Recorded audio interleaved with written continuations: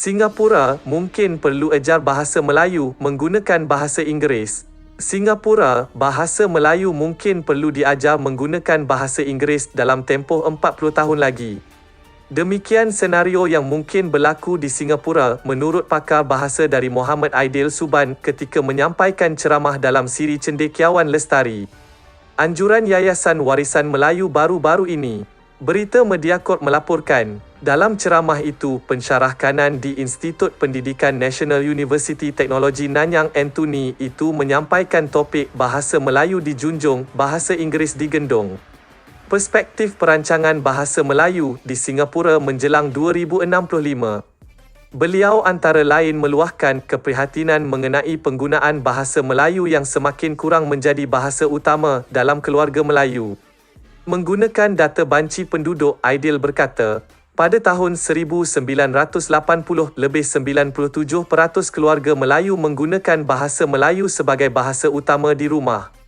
Namun, dalam tempoh 40 tahun selepas itu, banci berkenaan mendapati bilangannya menjunam kepada keluarga Melayu. Aidil berkata perlu ada perubahan dalam cara mengajar bahasa berkenaan.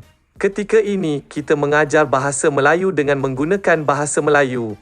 Mungkin menjelang 2065 kita perlu mengajar bahasa Melayu dengan menggunakan bahasa lazim pelajar kerana bahasa Melayu mungkin tidak akan lagi menjadi bahasa lazim pelajar ketika di rumah, katanya. Menurutnya, ibu bapa perlu menggunakan domain di rumah sebagai ruang untuk penggunaan bahasa Melayu. Dalam ceramahnya itu, beliau menceritakan pengalaman peribadi bagi memaparkan betapa penggunaan bahasa di rumah berperanan mendidik anak kecil mengenai penggunaan dan kosakata bahasa Melayu. Saya ingat, saya pergi ke sebuah sekolah. Ada pelajar cakap dengan gurunya, "Cikgu, saya tidak dapat habiskan kerja rumah." Cikgunya tanya kenapa. Dia kata, "Saya tolong atuk saya sental bilik air. Saya bila dengar sental bilik air, saya rasa syahdu. Sebab istilah sental itu sudah tidak ada orang gunakan," katanya.